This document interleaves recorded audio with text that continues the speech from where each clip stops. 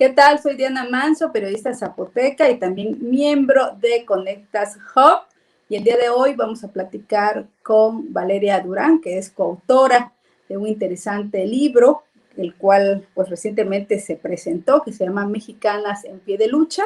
Y Valeria pues también es miembro de Conectas Hub y actualmente trabaja en Mexicanos contra la Corrupción. Y bueno, ella labora su actividad reporteril, la hace enfocada a temas de género, de feminismo y también sobre el tema de las mujeres en México. Bueno, Valeria, pues te saludo con mucho gusto. La verdad que es un honor tenerte aquí este día. Muchas gracias, Diana. Estoy encantada del espacio, de poder saludar a todos los colegas de Conectas en todas las partes de donde nos estén escuchando, porque pues, estamos en todos lados.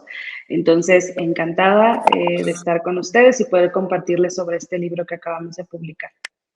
Gracias. Bueno, la primera pregunta es, más que pregunta, es contarnos el reto que ustedes tuvieron, ¿no? Con Laura Castellanos, con Ivonne Melgar, con Claudia Ramos, Daniela Rea, y esta coordinación que tuvo de Nayeli Durán. ¿Cómo se logra este libro? Es que es escrito por puras mujeres periodistas de mexicanas. Bueno, justo todo este reto empezó creo que a inicios de septiembre. Fue cuando inició esto. Nayeli Roldán nos convoca. Nayeli es una periodista también de acá de México, que ella colabora en un medio llamado Animal Político. Entonces a ella la editorial le encarga conjuntar a un equipo de periodistas mexicanas, o un equipo más bien, ahí todavía no se sabía si eran periodistas o no, le encarga hacer un libro. Y entonces Nayeli es quien decide que es el turno de las periodistas para contar esta historia.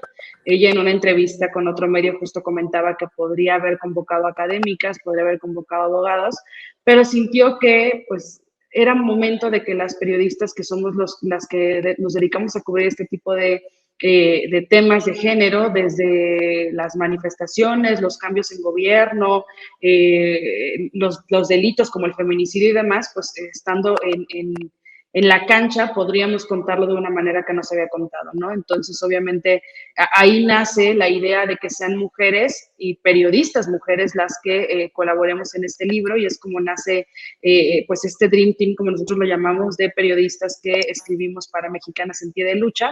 Como bien mencionabas, tenemos a Laura Castellanos, a Ivonne Melgar, a Claudia Ramos, a Daniela Rea, y bueno, obviamente Nayeli y yo, que estamos en el equipo de Mexicanas en Pie de Lucha, y cada una se dedicó a escribir un capítulo específico desde la expertise que maneja como periodista, ¿no? ¿A qué me refiero con esto? Bueno, tenemos, por ejemplo, a Ivonne Melgar, que es especialista en hablar de temas de política. Entonces, Ivonne Melgar se encargó del capítulo sobre los puestos otorgados a mujeres con el tema de la paridad, de tener a mujeres en altos mandos, y si realmente esto significa que exista una administración feminista o no, porque lo que vemos en el libro es que pues, los cargos fueron nada más otorgados al principio, y después estas mujeres perdieron el cargo y se les dio a un hombre.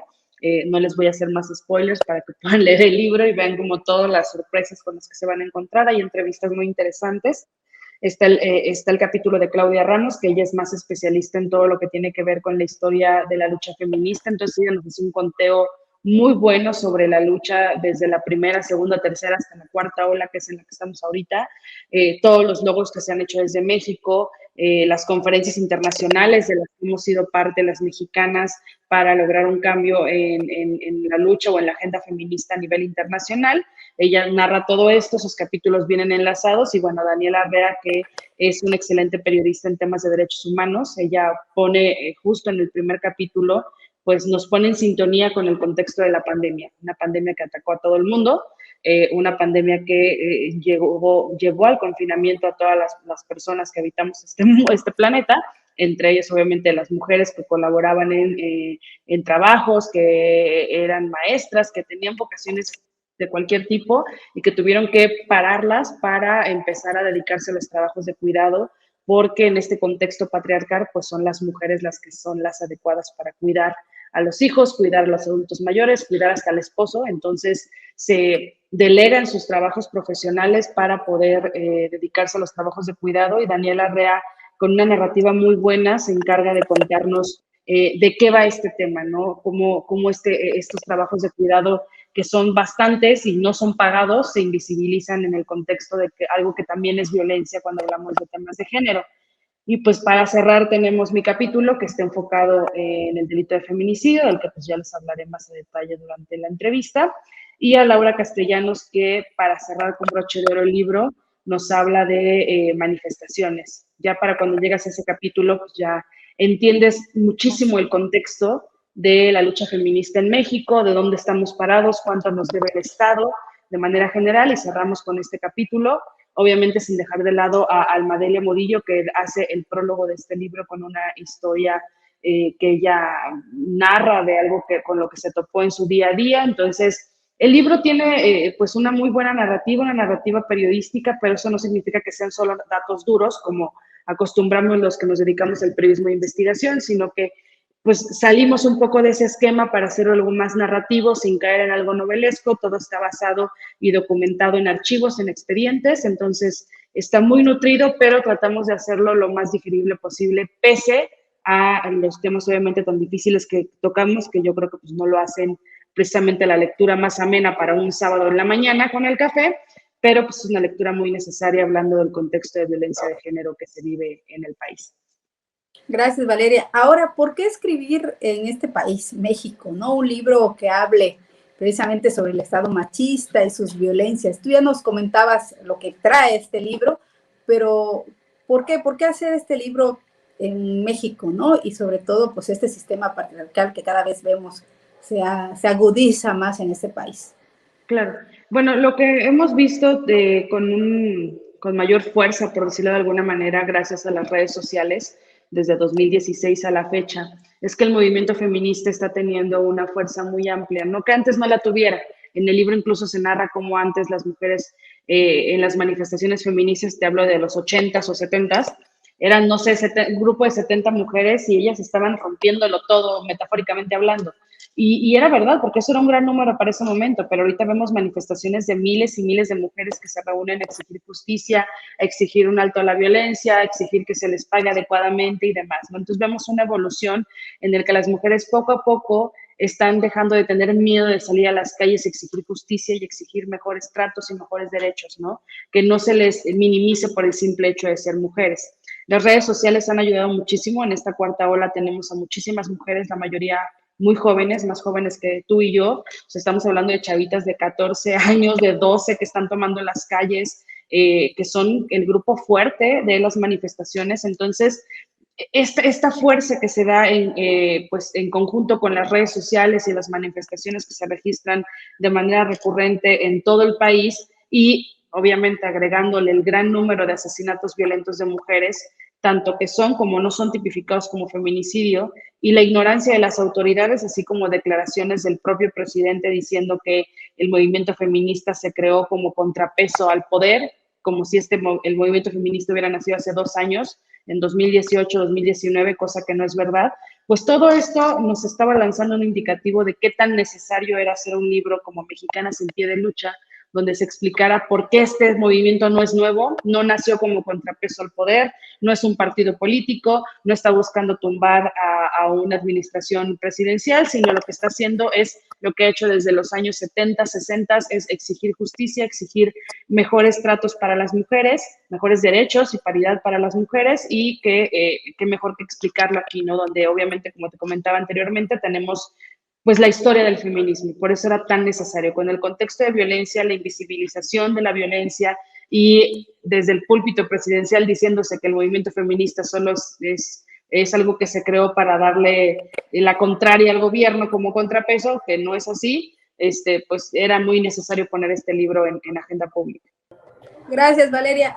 Bueno, para continuar con esta entrevista, que nos comentes cuál ha sido el papel que han desempeñado pues, las mujeres en México. Bueno, creo que el papel de las mujeres en México ha sido muy importante para marcar cambios en las políticas públicas. En el libro vemos documentado cómo la lucha feminista no solamente es la que toma las calles recientemente, sino la que ha logrado unos cambios en leyes, en hacer constancia de que se creen programas que apoyen a las mujeres, que combatan el delito de feminicidio, incluso la propia tipificación del delito de feminicidio que vemos en los códigos penales de todo el país, pues se da gracias gracias a la lucha feminista. Entonces, creo que el papel de las mujeres, pese a que no es muy conocido, siempre ha estado ahí. Y por eso este libro se vuelve tan importante, porque gracias a él podemos saber todo lo que las mujeres hemos luchado durante décadas, no nuestra generación, sino la generación de nuestras madres, de nuestras abuelas, de nuestras tías, toda la lucha que han generado para lograr cambios representativos en las leyes, para lograr que podamos cosas tan simples como votar, como poder tener acceso a trabajos y que ahora se está luchando porque exista paridad salarial.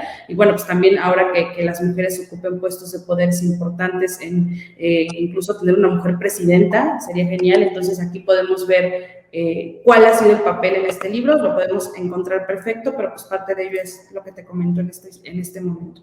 ¿Cómo se aborda y se vive el ser mujer y periodista en México, donde sabemos que cada 24 horas se asesinan a 9 mujeres? ¿Qué consejos nos darías? ¿Cómo tú plasmaste todo lo que has reporteado en este capítulo del libro, ¿no? Bueno, creo que como periodista he logrado entender a raíz de estas coberturas que he hecho desde 2016 en temas de género, que tenemos una obligación el doble o triple de importante el momento de retomar estas historias.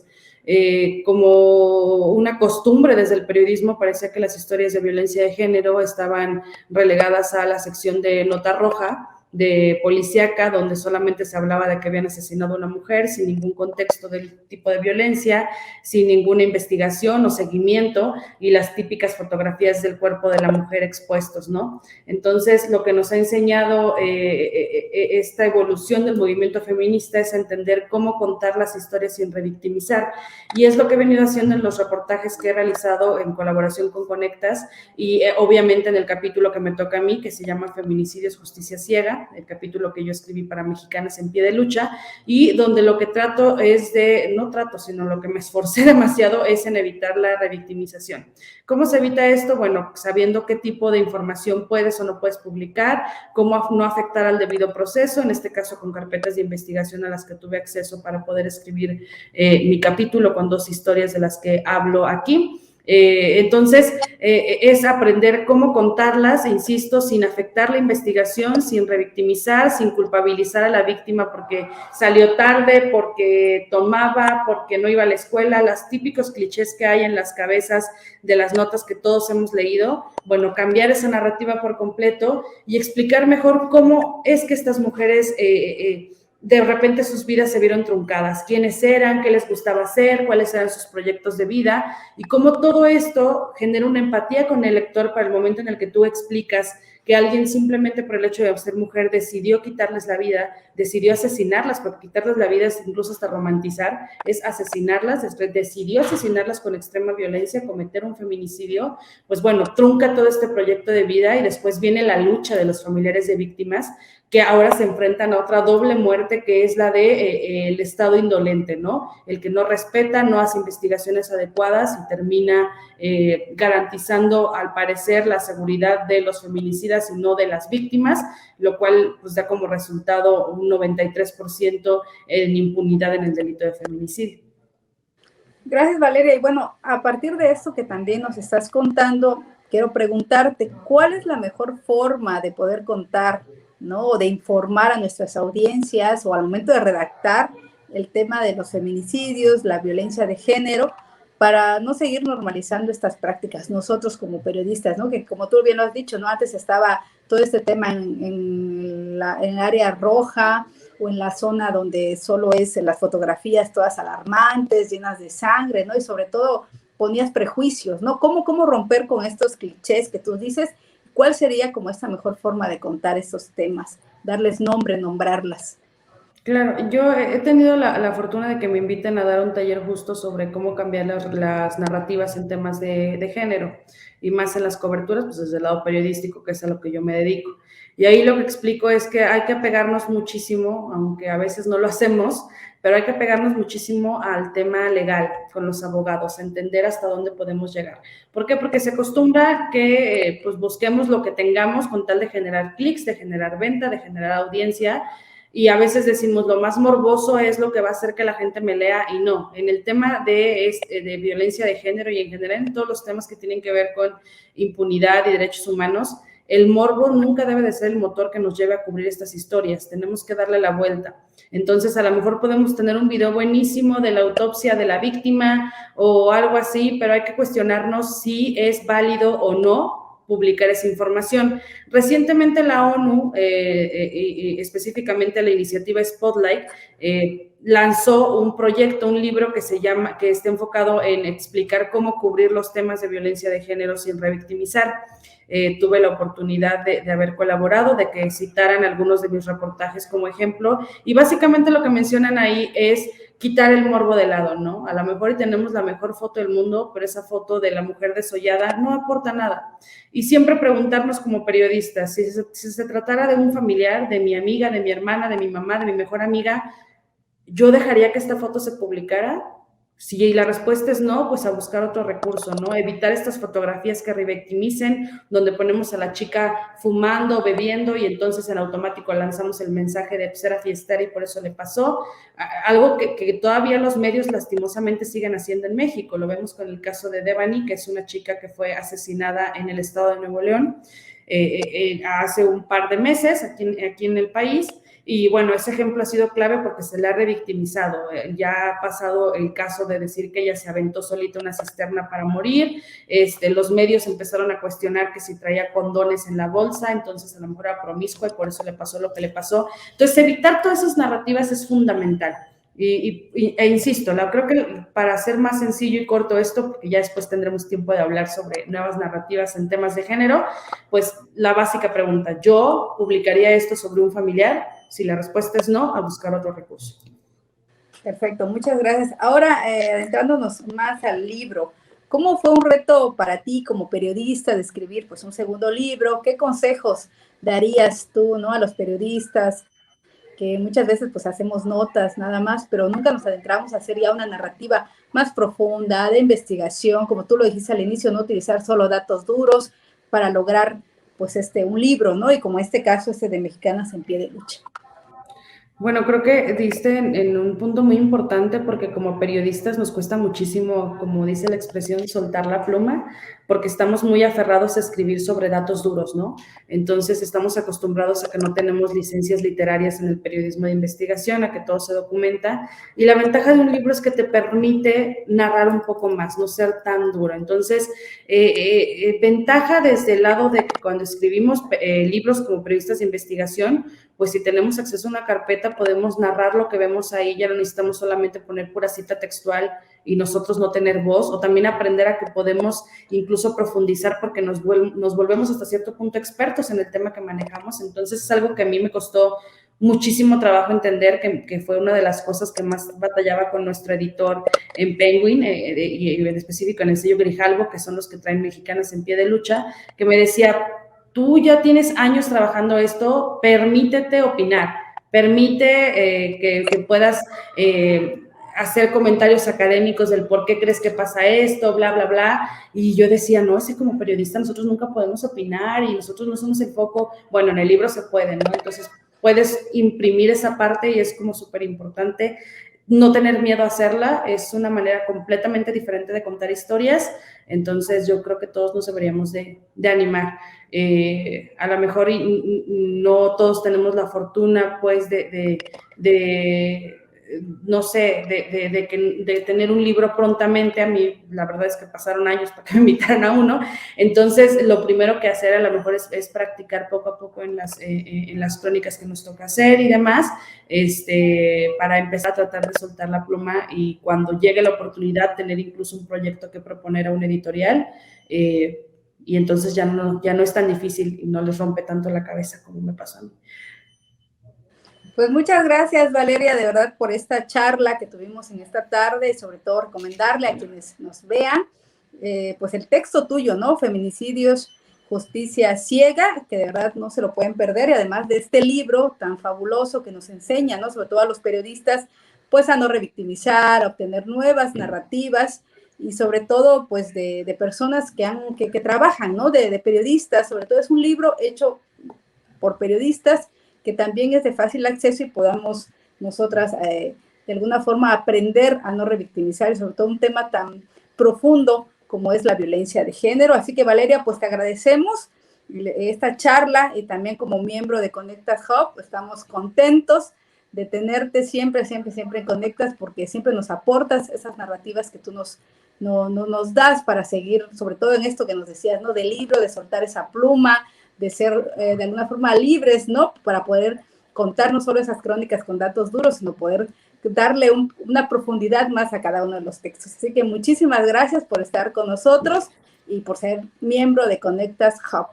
Gracias. Hombre, gracias a ti por el espacio, me encantó estar con ustedes y te mando un abrazote, qué gusto verlos a todos, verte a ti, aunque sea por esta vía, y pues ojalá nos puedan leer y nos dejen sus comentarios de qué les parece el libro. Yo estaré encantado, todo el equipo estará encantado.